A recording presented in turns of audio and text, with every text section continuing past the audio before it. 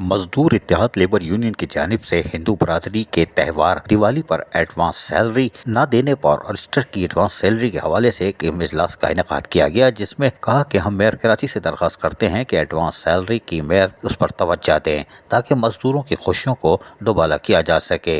उन्होंने कहा कि आपकी मेहरबानी होगी कि सेंट सॉलिड वेस्ट मैनेजमेंट बोर्ड के मातहत काम करने वाले जिला शर्की और जिला जनूबी को फुल फॉर सैलरी अदा की जाए। उन्होंने कहा कि हिंदू मुलाजमीन की होली को बर्बाद कर दिया गया और एडवांस सैलरी नहीं दी। सिंध हुकूमत के नोटिफिकेशन के मुताबिक सैलरी 22 तारीख को यानी 22 मार्च को अदा की जानी चाहिए थी, लेकिन सेंट सॉलिड वेस्ट मैनेजमेंट बोर्ड इसमें नाकाम रहा, जो कि अफसोसनाक है।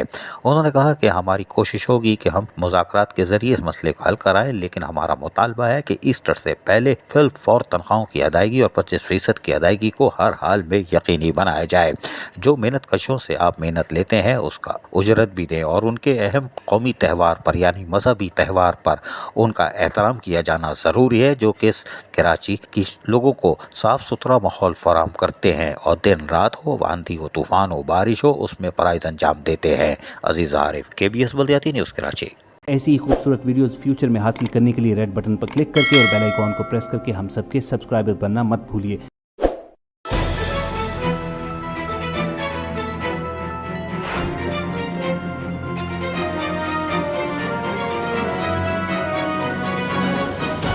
KBS बल्दियाती न्यूज़।